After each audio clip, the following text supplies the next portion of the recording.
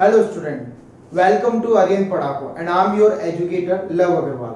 और आज हम डिस्कस करेंगे क्लास 10 का chapter number 3 that is pair of linear equations in two variable की exercise 3.1 and exercise 3.2।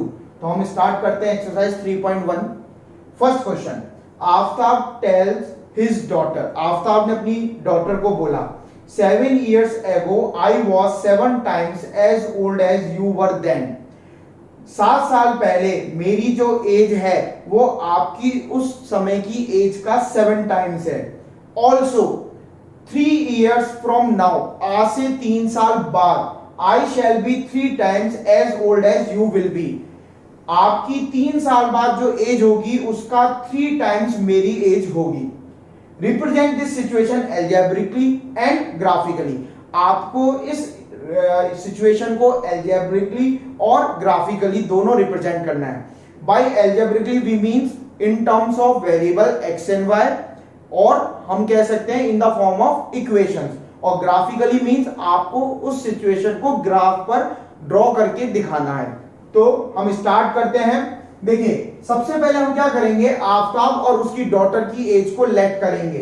So let the age of Aftab be x year and his daughter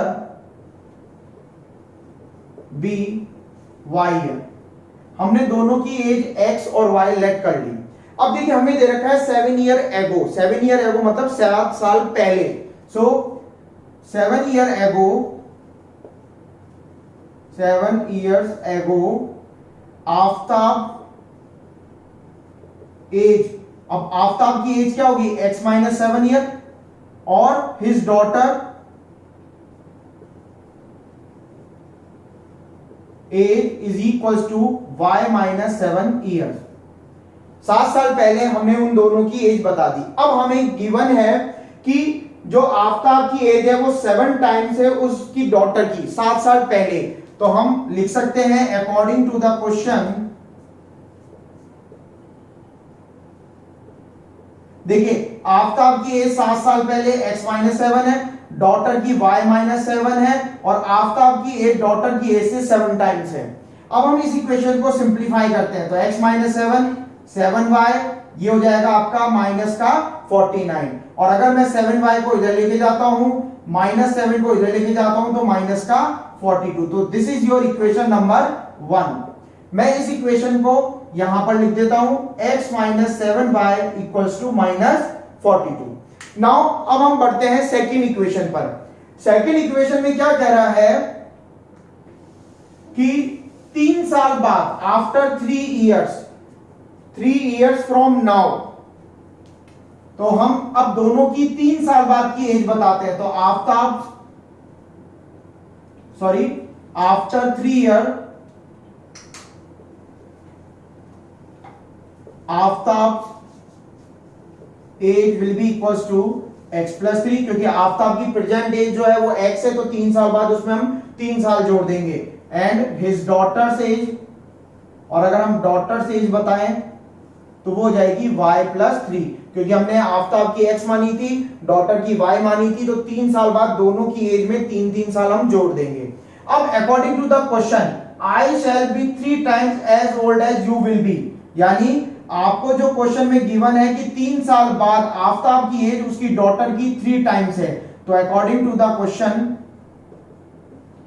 Aftab की age is equals to daughter की age का कितना है 3 times. अब फिर से हम इसको सिंप्लीफाई करेंगे, x plus 3 equals to 3y plus 9, so x minus 3y equal to 6। तो ये आपकी दूसरी इक्वेशन आ गई।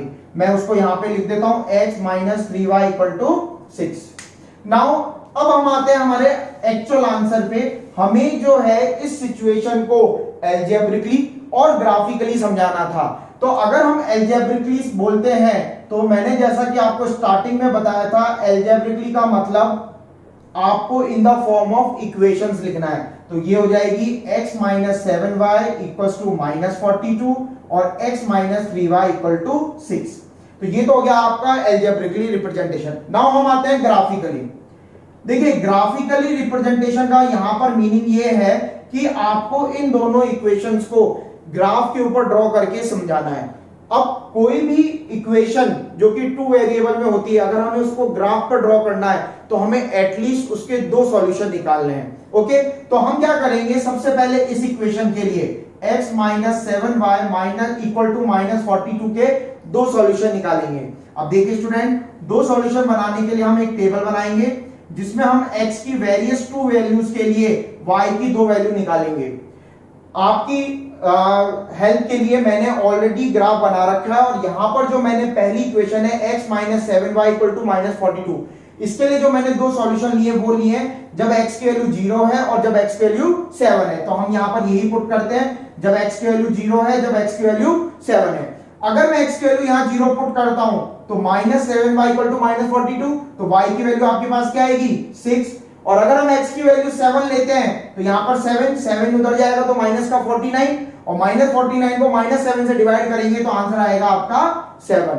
अगर आपको ये इक्वेशन समझनी है तो आप देख लीजिए, जब आपने x की वैल्यू 7 रखी तो 7 minus 7y equal to minus 42, हम इसको उधर ट्रांसफर करेंगे तो ये हो जाएगा माइनस 49, तो y की वैल्यू क्या आ जाएगी 7।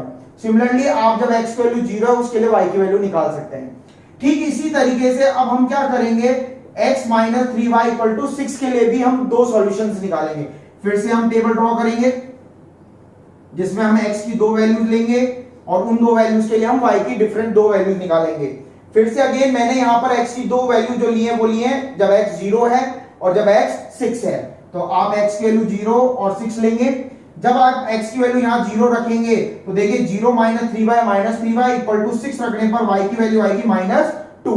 और जब आप x की वैल्यू 6 रखेंगे तो 6 से 6 कैंसिल आउट हो जाएगा तो y की वैल्यू क्या आएगी 0। तो यहां पर जो सॉल्यूशन है वो है 0,6, 7,7, यहां पर 0, माइनस 2 एंड 6,0। अब हम इन पॉइंट्स को यहां पर ग्राफ पर ड्रॉ करेंगे, इंडिकेट करेंगे और उनकी हेल्प से हम ग्राफिकल रिप्रेजेंटेशन बनाएंगे। तो सबसे पहले हम इस लाइन की अगर बात करते हैं, जब x की वैल्यू 0 है तो y की वैल्यू 6, तो आपके पास पॉइंट क्या आएगा ये, जब x की वैल्यू 0 है तो y की वैल्यू 6, तो ये पॉइंट। जब x की वैल्यू 7, y की वैल्यू 7, तो देखिए ये x की वैल्यू 7 है और यहां पर ये y की वैल्यू 7 है, तो ये दोनों यहां इंटरसेक्ट करेंगे तो ये हो जाएगा आपका 7,7। और जब आप इन दोनों पॉइंट्स को स्केल की सहायता से मिलाएंगे तो आपके पास x minus 7y equal to minus 42 का ग्राफ आ जाएगा। सिमिलरली अब हम बनाएंगे x minus 3y equal to 6 का ग्राफ। अब देखिए आपको यहां पर पहला सॉल्यूशन दे रखा है 0, माइनस 2, यानी जब x की वैल्यू 0 है y की वैल्यू माइनस 2 है, ये माइनस 2 होता है, y एक्सिस के नीचे जाते हैं तो नेगेटिव वैल्यू, ऊपर जाते हैं पॉजिटिव वैल्यू, तो ये हो जाएगा 0, माइनस 2। दूसरा सॉल्यूशन है 6,0, जब x की वैल्यू 6 है तो y की वैल्यू 0 है, तो ये वाला पॉइंट। अब आप इन दोनों पॉइंट को फिर से स्केल से मिलाएंगे तो आपके पास स्ट्रेट लाइन जो मिलेगी वो हो जाएगी x minus 3y equal to 6 का ग्राफ। अब आप देखिए हमने इन दोनों को यहां पर रिप्रेजेंट कर दिया, यानी हमने ड्रॉ कर दिया। ये जो आपका रिप्रेजेंटेशन आया है इसी को हम बोलते हैं ग्राफिकल रिप्रेजेंटेशन।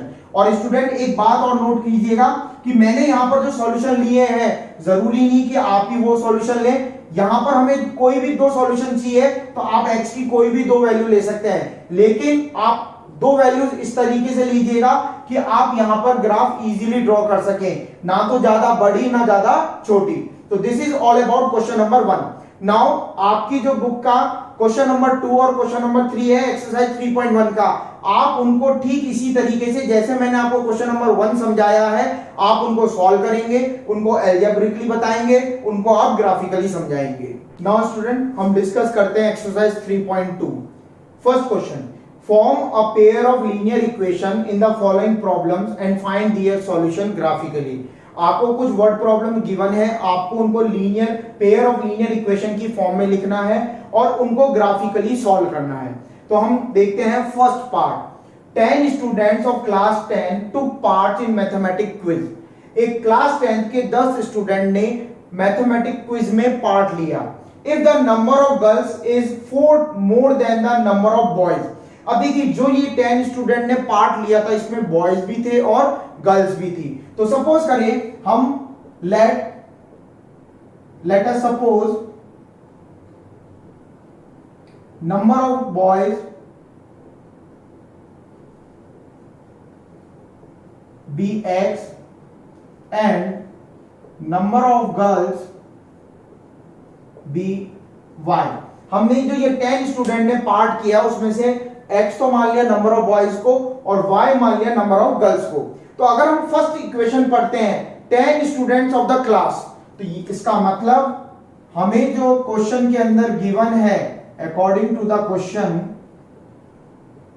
ये जो नंबर ऑफ बॉयज और नंबर ऑफ गर्ल्स है इन दोनों का जो सम है वो हमें क्या मिलेगा 10। नाउ हम आगे बढ़ते हैं। If the number of girls is 4 more than the number of boys, आपको जो नंबर ऑफ गर्ल्स है वो 4 मोर है किससे, नंबर ऑफ बॉयज से। अब देखिए नंबर ऑफ गर्ल्स क्या था 4, वो सॉरी y, और जो नंबर ऑफ बॉयज है वो है x, और जो y है वो x से कितना ज्यादा है 4। तो हम इस इक्वेशन को कैसे लिखेंगे, y is equal to x plus 4, क्योंकि y जो है वो x से 4 ज्यादा है। और अगर हम इसको दोबारा लिखें, अगर हम x को इधर लेके जाते हैं तो minus x plus y equal to क्या आ जाएगा 4। Find the number of boys and girls who took part in the quiz. अब आपको इसको ग्राफिकली सॉल्व करके x और y की वैल्यू फाइंड आउट करनी है। तो स्टूडेंट हमें यहां पर जो दो इक्वेशन मिली है, फर्स्ट वन ये मिली है, सेकंड वन ये इक्वेशन मिली है। मैं इसको इक्वेशन नंबर 1 और इसको इक्वेशन नंबर 2 मार्क कर देता हूं। अब देखिए यहां तक अभी तक हमने अलजेब्रिक इक्वेशंस निकाली है, अब हमें इसको ग्राफिकली सॉल्व करना है। ग्राफिकली सॉल्व करने के लिए सबसे पहले हम क्या करेंगे, इन दोनों इक्वेशंस का ग्राफ ड्रॉ करेंगे। अब ग्राफ ड्रॉ करने के लिए क्या करते हैं हम हमेशा, हम निकालेंगे इनके दो दो सॉल्यूशंस और फिर उन दो दो सॉल्यूशंस को ग्राफ पर इंडिकेट करेंगे, ड्रॉ करेंगे, उन पॉइंट्स को मिलाकर इन दोनों की इक्वेशंस बनाएंगे और फिर हम इसको ग्राफिकली सॉल्व करेंगे। तो आइए हम देखते हैं कैसे सॉल्व करेंगे। देखिए आपके पास जो इक्वेशन मिली थी वो थी equations are x plus y equals to 10 and minus x plus y equals to 4। अब देखिए सबसे पहले हम इसके लिए सॉल्यूशन टेबल बनाते हैं। तो solution table of x plus y equals to 10। अब देखिए मैंने आपके लिए ऑलरेडी ग्राफ को ड्रॉ कर रखा है और इस ग्राफ में जो मैंने सॉल्यूशन लिए हैं इस टेबल इस equation x plus y equals to 10 के लिए वो है जब x की वैल्यू 0 है, y की वैल्यू, जब x की वैल्यू y की वैल्यू 0 है तो x की वैल्यू। तो हम क्या करेंगे, एक बार x को 0 रखेंगे और एक बार y को 0। जब आप यहां पर x की वैल्यू 0 रखेंगे तो y की वैल्यू आएगी 10 और जब आप y की वैल्यू 0 रखेंगे तो x की वैल्यू आएगी 10। तो आपके पास दो सॉल्यूशन आ गए 0,10 एंड 10,0। और अगर हम इसे ग्राफ पर प्लॉट करते हैं तो देखिए 0,10 ये वाला पॉइंट होगा, 10,0 ये वाला पॉइंट होगा और अगर आप इन दोनों पॉइंट को स्केल से मिलाएंगे तो आपके पास x plus y equal to 10 की ग्राफ की इक्वेशन आ जाएगी। Sorry x plus y equal to 10 का आपको ग्राफ मिल जाएगा। नाउ सिमिलरली हम बनाएंगे सॉल्यूशन टेबल ऑफ दूसरी जो इक्वेशन है minus x plus y equal to 4। फिर से मैंने आपके लिए ऑलरेडी ग्राफ जो बना रखा है उसके अंदर इस इक्वेशन के जो सॉल्यूशन हमने लिए हैं, अगेन जब आपके पास x की वैल्यू 0 है तो y की वैल्यू 0 है तो x की वैल्यू, यानी आप फिर से एक बार x को 0 एक बार y को 0 रखेंगे।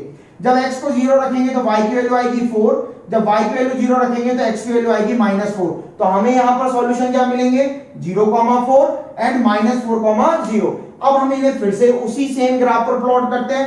तो 0,4 आपका पॉइंट क्या होगा, ये इसका मतलब जब x की वैल्यू 0 है तो y की वैल्यू 4, तो ये तो हो गया आपका 0,4। फिर दूसरा है -4,0 मींस जब y की वैल्यू 0 है तो x की वैल्यू -4, तो ये हो गया। और जब आप इन दोनों पॉइंट को स्केल से मिलाएंगे तो आपको -x plus y equal to 4 का ग्राफ मिल जाएगा। अब देखिए स्टूडेंट हमें इस ग्राफ पर दोनों लाइन या दोनों इक्वेशन जो हमने बनाई थी उनके ग्राफ मिल गए। अब हमें इसको ग्राफिकली सॉल्व करना है। ग्राफिकली सॉल्व का मतलब होता है कि जिस पॉइंट पर ये दोनों लाइनें आप इंटरसेक्ट कर रही हैं वो आपका इसका सॉल्यूशन होगा।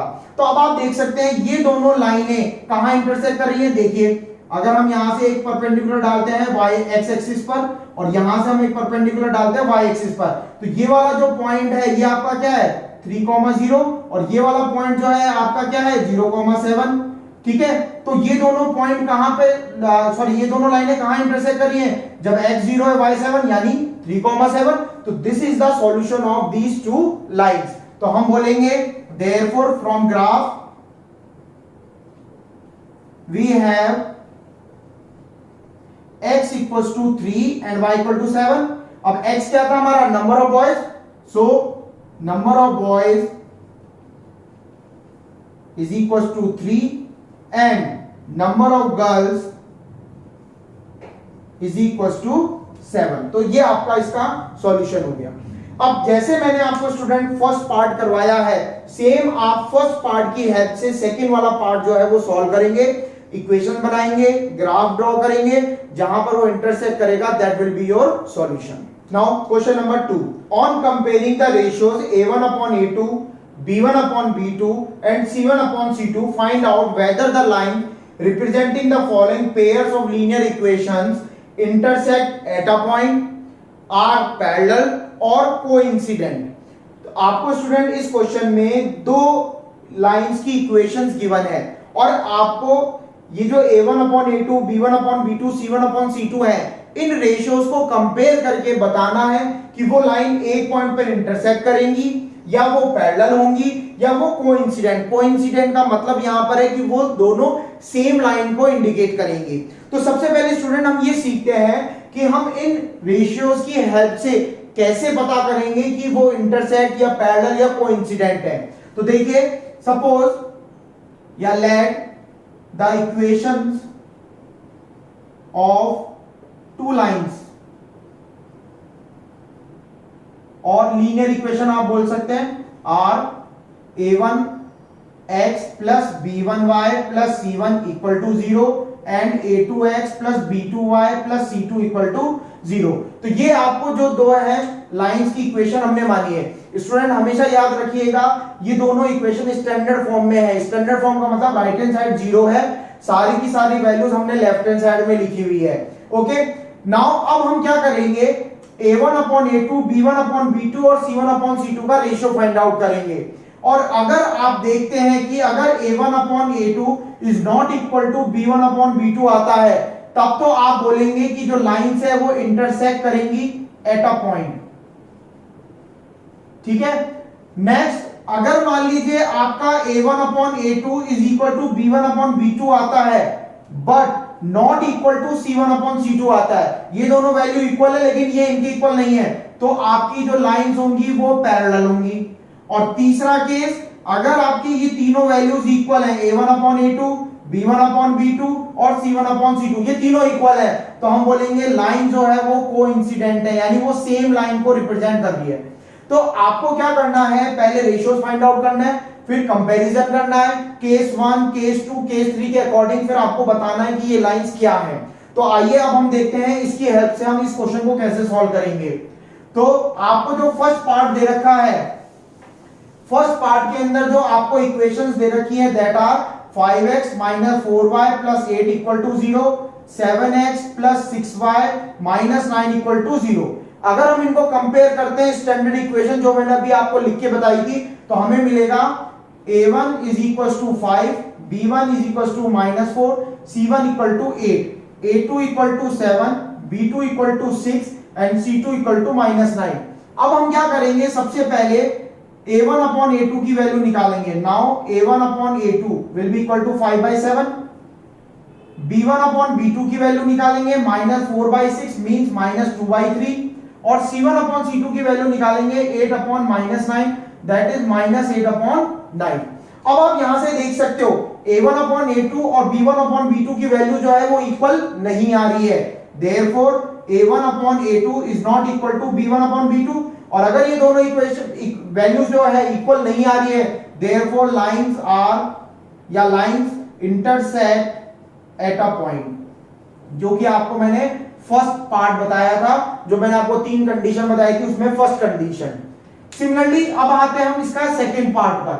अगर हम सेकंड पार्ट की बात करें तो सेकंड पार्ट में जो आपको इक्वेशंस गिवन है वो क्या क्या है, second part 9x plus 3y plus 12 equal to 0, 18x plus 6y plus 24 equal to 0। Again दोनों स्टैंडर्ड फॉर्म में है, राइट हैंड साइड 0 है, तो a1 की वैल्यू कंपैरिजन से 9, b1 की वैल्यू 3, c1 की वैल्यू 12, a2 की वैल्यू 18, b2 की वैल्यू 6 एंड c2 की वैल्यू 24। अगेन आप रेशियोज निकालेंगे, a1 upon a2 9/18 that is 1/2, b1 upon b2 3/6 that is again 1/2 and c1 upon c2 12/24 again 1/2। अब आप देख सकते हैं ये तीनों की तीनों वैल्यूज 1/2 1/2 1/2 आ रही है। Therefore a1 upon a2 is equal to b1 upon b2 is equal to c1 upon c2। और जब ये तीनों वैल्यूज बराबर आती हैं तो स्टूडेंट मैंने आपको बताया था लाइंस आर कोइंसिडेंट। आपकी जो लाइंस होंगी वो क्या होंगी? कोइंसिडेंट, क्योंकि तीनों की वैल्यू क्या आ रही है हमारी? इक्वल। अब हम देखते हैं सिमिलरली इसका थर्ड पार्ट।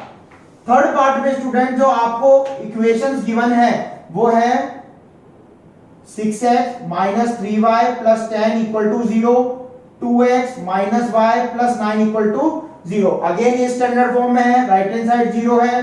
कंपैरिजन करेंगे, a1 की वैल्यू 6, b1 की वैल्यू -3, c1 की वैल्यू 10, a2 की वैल्यू 2, b2 की वैल्यू -1 और c2 की वैल्यू 9।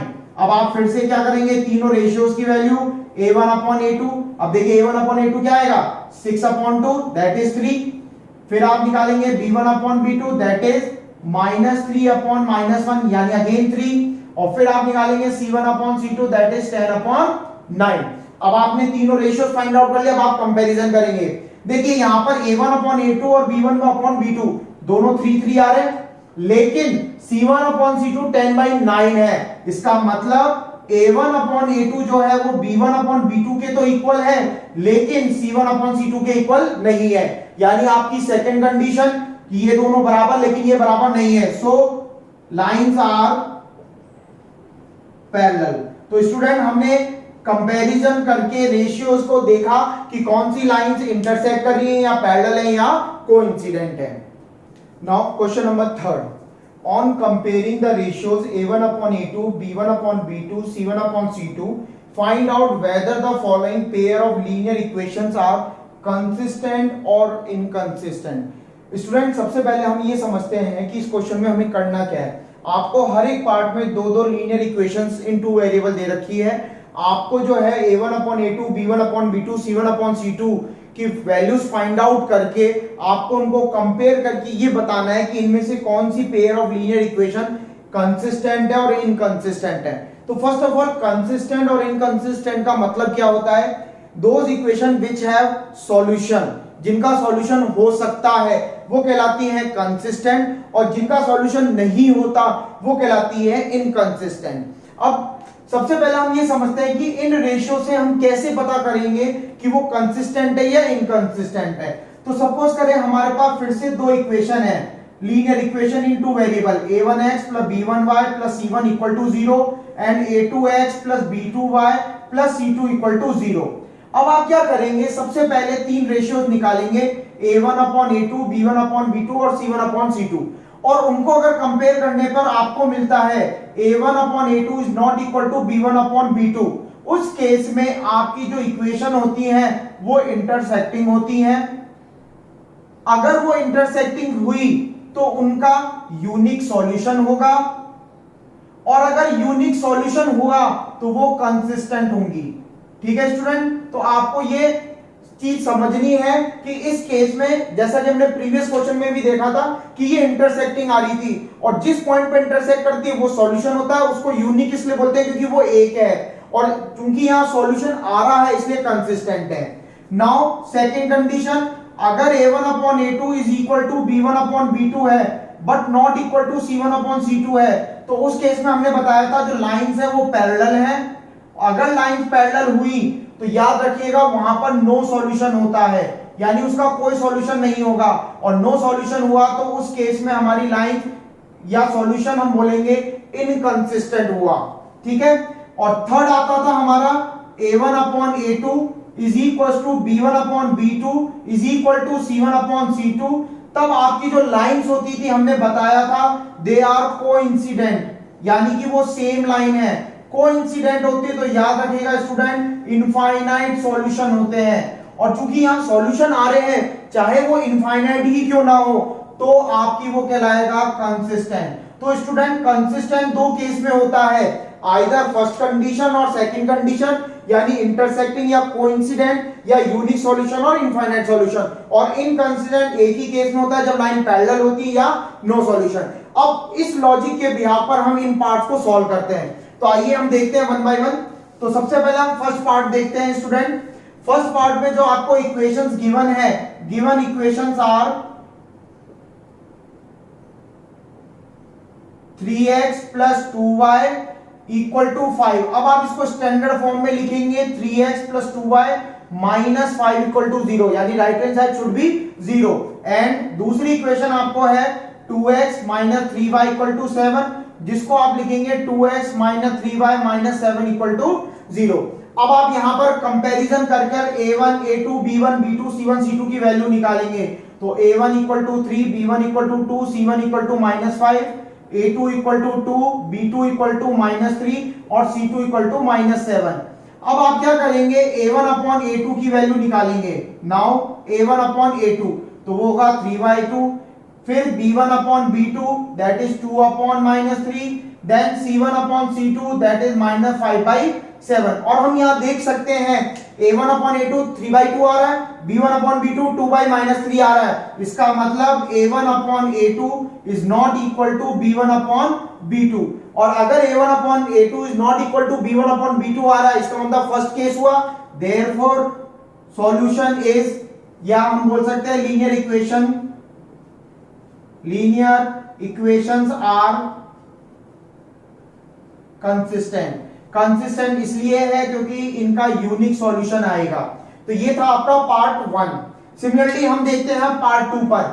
पार्ट 2 में जो है आपको इक्वेशंस जो गिवन है, गिवन इक्वेशंस क्या है आपके पास, देखिए गिवन इक्वेशंस है हमारे पास 2x minus 3y equal to 8, it means 2x minus 3y minus 8 equal to 0 and 4x minus 6y equal to 9 means 4x minus 6y minus 9 equal to 0। आपके पास दोनों इक्वेशन आ गई। अब आप क्या करेंगे, इसके अंदर फिर से कंपैरिजन करके a1 a2 b1 b2 इन सब की वैल्यू निकालेंगे। तो a1 की वैल्यू 2, b1 की वैल्यू माइनस 3, c1 की वैल्यू माइनस 8 यहां से। ऐसे ही a2 की वैल्यू आएगी 4, b2 की वैल्यू आएगी आपके पास माइनस 6 और c2 की वैल्यू आएगी आपके पास माइनस 9। अब फिर से आप a1 upon a2 b1 upon b2 c1 upon c2 का रेशियो निकालेंगे। तो a1 upon a2 will be 2/4 that is 1/2, b1 upon b2 will be equal to minus 3 upon minus 6 that is again 1/2 and c1 upon c2 is equal to minus 8 upon minus 9 means 8 upon 9। अब यहां हम देखते हैं कि a1 upon a2 और b1 upon b2 बराबर आ रहे हैं। Therefore a1 upon a2 is equal to b1 upon b2 is equal to 1/2। और जब आपका a1 upon a2 equal to b1 upon b2 है, लेकिन ये c1 अपॉन c2 के इक्वल नहीं है क्योंकि c1 अपॉन c2 8/9 है, तो देयरफॉर आपका ये केस 2 बनेगा। और केस 2 में हमने बताया था inconsistent. So linear equations are inconsistent. So student, आपको जो मैंने दो पार्ट बताए हैं कंसिस्टेंट और इनकंसिस्टेंट पता करने के लिए, सिमिलर वे में आप जाएंगे, आप पार्ट 3, पार्ट 4 और पार्ट 5 को सॉल्व करेंगे। नाउ हम आते हैं question number 4। Which of the following pair of linear equations are consistent और inconsistent if consistent obtain the solution graphically.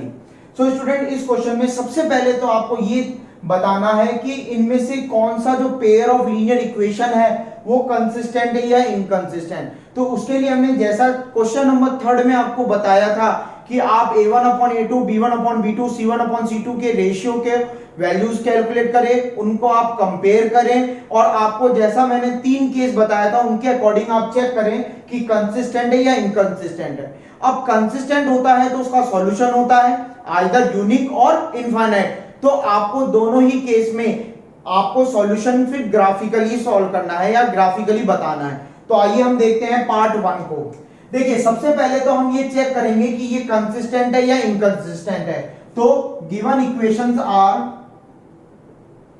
Given equations are x plus y equal to 5, जिसको आप लिखेंगे x plus y minus 5 equal to 0, standard form ax plus by plus c equal to 0।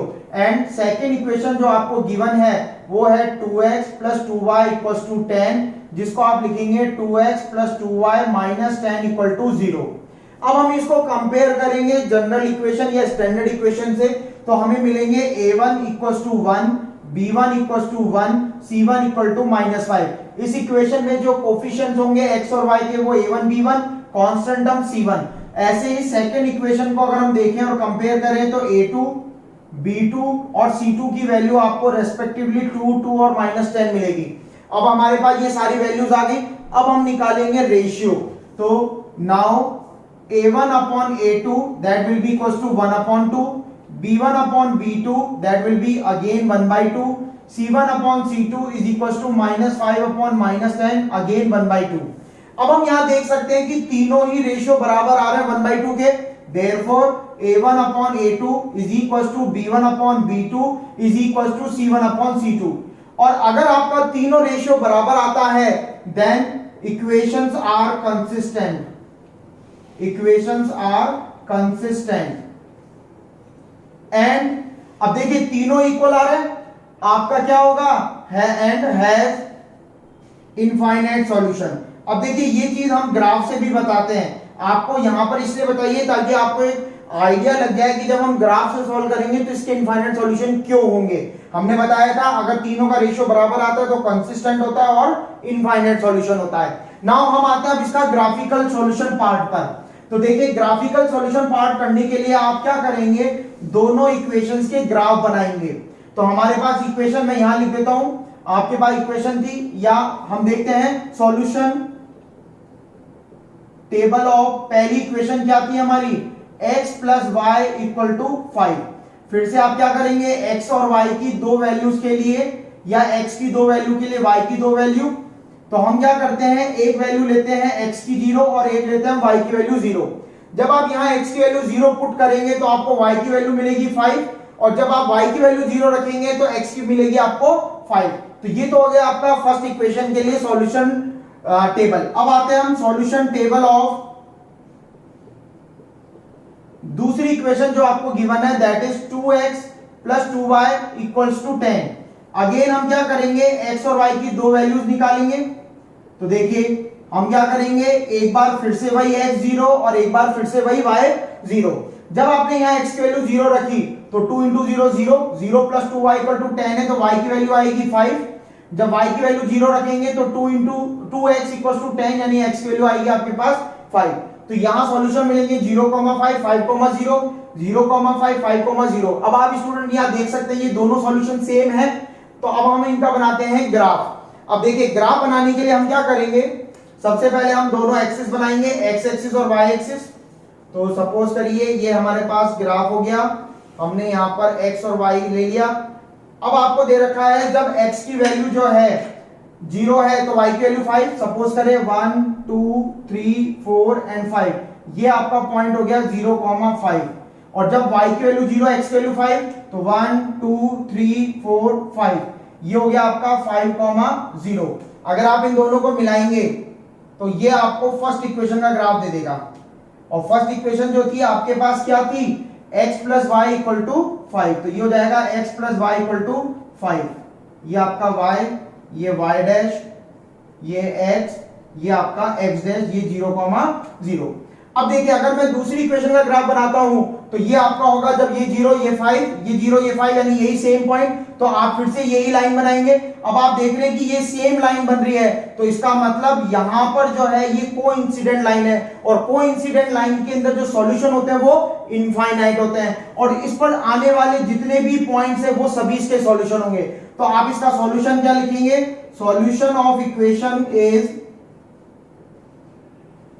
अब देखिए यहां से आप y की value निकालिए, y equal to 5 minus x, यानी आप x की डिफरेंट वैल्यूज के लिए y की डिफरेंट वैल्यूज निकालेंगे, वो सारी आएंगी। अब जैसे मैंने आपको यहां पर पार्ट 1 करवाया है, सिमिलरली आप पार्ट 2, पार्ट 3 और पार्ट 4 को सॉल्व करेंगे। नाउ हम आते हैं फिफ्थ क्वेश्चन पे। फिफ्थ क्वेश्चन एक वर्ड प्रॉब्लम है। half the perimeter of a rectangular garden whose length is 4 meter more than its width is 36 meter. Find the dimension of the garden. आपको इस question में given है कि किसी rectangular garden का जो पेरीमीटर का हाफ है वो तो 36 मीटर है और उसकी जो लेंथ है वो विड्थ से 4 मीटर लॉन्गर है। तो आपको dimension of the garden means length and the width calculate करनी है। तो सपोज करें let the width of the garden is x metre and length be y metre. हमने क्या किया, दोनों लेंथ और विड्थ को तो x और लेंथ को y मीटर हमने अज्यूम कर लिया। अब देखिए पहली इक्वेशन आपको गिवन है half the perimeter is 36 metre. तो आप जानते ही हैं पेरीमीटर ऑफ गार्डन जो होगा, perimeter of rectangular garden will be equal to width plus length. आप जानते हैं किसी भी रेक्टेंगल का जो पेरीमीटर होता है वो twice the sum of the length and the width होता है। देयरफॉर 2x प्लस y का हाफ आपको कितना गिवन है 36, पेरीमीटर का हाफ, 2 से 2 कैंसिल आउट हो जाएगा तो आपको क्या मिलेगा x plus y equal to 36। This is your equation number 1। Now हम आते हैं सेकंड इक्वेशन। आपको यहां गिवन है length is 4 metre more than it width, यानी कि जो लेंथ है वो विड्थ से 4 मीटर मींस लेंथ हमने क्या माना था, now length is 4 metre more than width. Therefore अब लेंथ क्या था y और विड्थ क्या थी x, तो जो लेंथ है वो विड्थ से 4 मीटर लॉन्गर है तो y equal to x plus 4 हो जाएगा। और अगर आप x को इधर ट्रांसफर करते हैं तो minus x plus y equal to 4 हो जाएगा। तो हमने क्या किया, इस प्रॉब्लम को पहले एल्जेब्रिकली लिख लिया, यानी इक्वेशन की फॉर्म में लिख लिया। अब आपको इसको सॉल्व करना है तो हम यूजिंग ग्राफ इसको सॉल्व करेंगे। अब ग्राफ सॉल्व करने के लिए स्टूडेंट हम क्या करेंगे, सबसे पहले इन दोनों के लिए सॉल्यूशन टेबल बनाएंगे। तो देखिए मैं आपको लिख देता हूं कि हमें इक्वेशन क्या क्या मिली थी। पहली इक्वेशन मिली थी हमें x plus y equal to 36 और दूसरी मिली थी minus x plus y equal to 4। देखिए अब हम इसको ग्राफिकली सॉल्व करते हैं। तो ग्राफिकली सॉल्व करने के लिए हम सबसे पहले दोनों के लिए सॉल्यूशन टेबल बनाएंगे। तो सॉल्यूशन टेबल ऑफ पहली इक्वेशन है x plus y equal to 36। हम दो सॉल्यूशन निकालेंगे, एक बार x को 0 रखकर, एक बार y को 0 रखकर। जब x 0 होगा तो y की वैल्यू 36, जब y 0 होगा तो x की वैल्यू 36। दूसरे के लिए हम करते हैं solution table of minus x plus y equal to 4। Again हम क्या करेंगे, दो सॉल्यूशन निकालेंगे और दो सॉल्यूशन के लिए फिर से हम एक बार x को 0, एक बार y को 0। जब आप x की वैल्यू 0 रखेंगे तो y की वैल्यू 4, y की वैल्यू 0 रखेंगे तो x की वैल्यू -4। अब देखिए स्टूडेंट मैंने यहां पर ग्राफ ऑलरेडी बना दिया है। हम इस ग्राफ को देखते हैं कि हमने कैसे बनाया है। देखिए आपके पास सॉल्यूशन था 0,36, यानी जब x की वैल्यू 0 है y की वैल्यू 36 तो 0,36 पॉइंट हो गया। जो आपका दूसरा सॉल्यूशन है वो है 36,0, यानी जब x की वैल्यू y की वैल्यू 0 है तो x की वैल्यू 36, तो ये दूसरा पॉइंट हो गया। आप जब इन दोनों को मिलाएंगे स्केल से तो आपके पास x plus y equal to 36 का ग्राफ आ जाएगा। सिमिलरली जब आप यहां पर आएंगे, जब 0x है y की वैल्यू 4 है तो ये वाला पॉइंट, जब y की वैल्यू 0 है x की वैल्यू -4 ये वाला पॉइंट, इन दोनों को मिलाएंगे तो आपके पास -x plus y equal to 4 का ग्राफ आ जाएगा। अब आप देखिए ये दोनों के दोनों लाइन आपको इस पॉइंट पर इंटरसेक्ट कर रहे हैं और ये आप ग्राफ की मदद से निकालेंगे। आप क्या करेंगे, यहां पर परपेंडिकुलर डालेंगे तो ये वाला पॉइंट आपका आ रहा है 16,0। ऐसे ही जब आप यहां पर परपेंडिकुलर डालेंगे तो ये वाला पॉइंट आएगा 0,20, तो ये जो पॉइंट है ये हो जाएगा 16,20। It's mean from graph we have x equal to 16 and y equal to 20, और आपका x क्या था, विड्थ, और y क्या था, length. Therefore width is equal to 16 metre and length equal to 20 metre. तो आपके पास डायमेंशन ऑफ गार्डन आ गए। तो ये था आपका क्वेश्चन नंबर 5। नाउ हम आते हैं क्वेश्चन नंबर 6 पर। क्वेश्चन नंबर 6 में आपको क्या बोल रहा है, given the linear equation 2x plus 3y minus 8 equal to 0, write another linear equation in two variables such that the geometrical representation of the pair so formed is intersecting, parallel, coincident. देखिए आपके पास given equation is 2x plus 3y minus 8 equal to 0. अब देखिए student, आपको इस question में करना क्या है, आपको तीन लाइनें और ऐसी बतानी है। फर्स्ट पार्ट की अगर हम बात करें कि वो लाइन इंटरसेक्टिंग होनी चाहिए इसके साथ। अब देखिए दो लाइनें इंटरसेक्टिंग जब होती हैं जब a1/a2 not equal to b1/b2 होता है, यानी हमें यहां पर एक ऐसी इक्वेशन बनानी है जिसके अंदर ratio of a1/a2 not equal to b1/b2 हो। For example, so required equation is, देखिए मैं क्या लेता हूं, 3x minus 4y minus 1 equal to 0। क्यों हमने अब ये क्यों ली है, बिकॉज अगर आप a1/a2 निकाले तो देखिए a1 यहां पर 2 है, a2 यहां पर 3 है, और b1/b2 अगर आप निकालते हैं तो 3/-4, तो ये दोनों इक्वल नहीं है, तो ये हो जाएगा आपका फर्स्ट पार्ट का आंसर। अब स्टूडेंट यहां पर मैंने ये इक्वेशन बताई है, आप और कोई भी एग्जांपल ले सकते हैं जो कि इस कंडीशन को सेटिस्फाई करता हो। सिमिलरली हम आते हैं सेकंड पार्ट पर। सेकंड पार्ट में जो है आपको क्या बोल रहा है कि जो लाइंस है वो पैरेलल लाइंस होनी चाहिए। तो स्टूडेंट पैरेलल लाइंस के केस में हमने बताया था a1/a2 is equal to b1/b2 is not equal to c1/c2 होना चाहिए। ठीक है, तो अब देखिए अगर हम लेते हैं, सो रिक्वायर्ड इक्वेशन इज,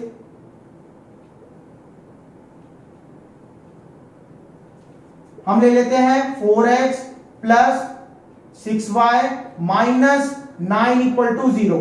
अब हमने ये क्यों लिए, आप फिर से निकालिए a1/a2, देखिए a1 2/4, a1/a2 की वैल्यू यानी 1/2, b1/b2 निकालिए 3/6 यानी 1/2, और c1/c2 निकालिए -8/-9। तो आप देख सकते हैं ये दोनों इक्वल हैं, a1/a2 is equal to b1/b2 है, लेकिन c1/c2 के इक्वल नहीं है, तो ये हमारी कंडीशन को सेटिस्फाई कर रहा है, तो ये आपकी रिक्वायर्ड इक्वेशन हो गई। फिर से वही मैंने ये आंसर लिखा है, जरूरी नहीं है कि आप यही आंसर लिखें, आप और भी इक्वेशंस लिख सकते हैं जो इस कंडीशन को सेटिस्फाई करती हो। सिमिलरली हम आते हैं इसके थर्ड पार्ट पर। देखिए थर्ड पार्ट में जो है आपको वो रखा है कोइंसिडेंट लाइन। कोइंसिडेंट लाइन मतलब दोनों लाइन सेम होनी चाहिए, या हम यूं बोले कंडीशन जो होनी चाहिए a1/a2 b1/b2 c1/c2। So required equation is, देखिए यहां पर हम ले लेते हैं 4x plus 6y minus 16 equal to 0। आप इसके लिए सिंपली क्या करो, इसको किसी भी नंबर से मल्टीप्लाई कर दो। मैंने 2 से कर दिया, आप 3 से भी कर सकते हो, 4 से भी, एंड सो ऑन। अब अगर आप यहां पर a1/a2 की वैल्यू निकालें तो 2/4 दैट इज 1/2, b1/b2 की वैल्यू निकालें 3/6 अगेन 1/2, c1/c2 की वैल्यू निकालें -8/-16 यानी 1/2। तो ये इक्वेशन लेने पर हमारी ये कंडीशन सेटिस्फाई हो रही है कि तीनों के तीनों इक्वल हैं, a1/a2 b1/b2 और c1/c2। तो ये आपकी लाइंस क्या होंगी, कोइंसिडेंट लाइंस होंगी। नाउ स्टूडेंट हम आते हैं क्वेश्चन नंबर 7 पर। Draw the graphs of the equations x minus y plus 1 equal to 0 and 3x plus 2y minus 12 equal to 0।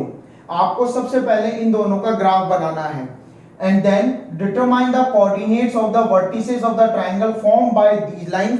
ये जो दोनों लाइंस हैं इनसे बनने वाला ट्रायंगल किसके साथ, and the x axis, and shade the triangular region। जो भी वो ट्रायंगल बनेगा आपको उसको शेड करना है। तो सबसे पहले हम क्या करेंगे, इन दोनों का ग्राफ बनाएंगे। ग्राफ बनाने के लिए फिर से स्टूडेंट हम सबसे पहले बनाएंगे solution table. So solution table of पहली इक्वेशन जो है आपके पास x minus y plus 1 equal to 0 है।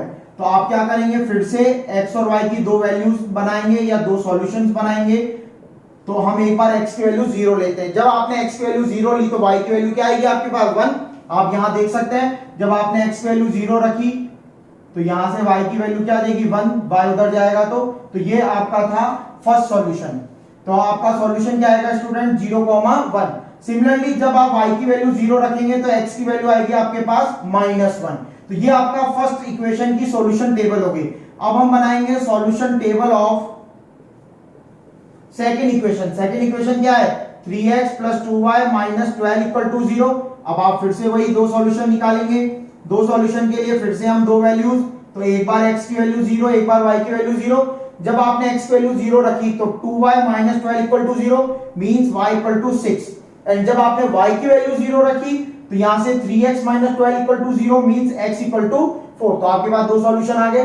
अब आप क्या करेंगे, ग्राफ पेपर पर इन दोनों को ड्रॉ करेंगे। यहां पर सॉल्यूशन है 0,1 पहला, तो 0,1 मतलब ये वाला पॉइंट हो गया। दूसरा पॉइंट है -1,0 मींस x की वैल्यू -1 है जब y की वैल्यू 0 है। और जब आप स्केल से इन दोनों को मिलाएंगे तो आपके पास जो स्ट्रेट लाइन आएगी वो इस लाइन की इक्वेशन हो जाएगी, x minus y plus 1 equal to 0 का ग्राफ हो जाएगा। अब हम आते हैं दूसरे पर, जब x की वैल्यू 0 y की वैल्यू 6, तो आप देख सकते हैं जब x की वैल्यू 0 y की वैल्यू 6 ये वाला पॉइंट होगा। जब y की वैल्यू 0 x की वैल्यू 4 तो आपका ये वाला पॉइंट होगा। अब आप इन दोनों लाइन को पॉइंट को जब स्केल से मिलाएंगे तो आपके पास किसकी इक्वेशन बन जाएगी, 3x plus 2y minus 12 equal to 0। अब आप देखिए आपके पास दोनों लाइन की इक्वेशन आ गई। तो ये तो हो गया आपका पार्ट 1। अब हमें क्या करना है, determine the coordinate of vertices of triangle form by these lines and x axis. अब आप स्टूडेंट जानते ही हैं अगर हम ऐसे लाइन ड्रॉ करते हैं तो ये एक्स एक्सिस होती है, ये वाई एक्सिस। तो हमें एक्स एक्सिस और दोनों लाइनों से बनने वाला ट्रायंगल देखना है। तो देखिए आपका ट्रायंगल क्या बनेगा, ये वाला बनेगा, ये लाइन, देन ये लाइन एंड देन ये वाली लाइन। यही वो आपका ट्रायंगल है जिसके अंदर ये दोनों लाइन और एक्स एक्सिस आ रही है। तो आपका ये जो ट्रायंगल है अब आपको उसके निकालने हैं वर्टिसेस। तो देखिए पहला वर्टिसेस तो ये, दूसरा ये। अब ये वाला जो वर्टिसेस है जो मैंने लिखा है 2,3 वो कैसे आया, ये पॉइंट आपका इन दोनों का इंटरसेक्टिंग पॉइंट या आप कह सकते हैं इन दोनों का सॉल्यूशन है। और वो कैसे निकालोगे, इस पॉइंट से आप एक्स एक्सिस पर परपेंडिकुलर डालेंगे, वो आपको 2,0 पर मीट करेगा। यहां से आप y पर परपेंडिकुलर डालेंगे, वो 0,3 पर मीट करेगा। तो ये वाला पॉइंट क्या हो जाएगा आपका 2,3, जो मैंने ऑलरेडी लिख दिया है। तो हम कहेंगे therefore vertices of triangular region so formed a r -1,0 4,0 and 2,3। अब आपको इसमें एक लास्ट काम करना है, शेड द ट्रायंगुलर रीजन। जो आपने ट्रायंगल बनाया है उसको आपको शेड करना है। तो देखिए हमारा जो ट्रायंगल बन रहा था वो ये वाला बन रहा था, आप उसको शेड कर देंगे। तो ये था स्टूडेंट आपका क्वेश्चन नंबर 7। तो आई होप आपको जो मैंने एक्सरसाइज 3.1 और 3.2 बताई है वो आप लोगों को अच्छी तरह समझ में आई है। आप इसको दोबारा देखिए, अगर आपके समझ में नहीं आता आप इसको एक बार देखिएगा और खुद फिर सॉल्व कीजिएगा। Thank you.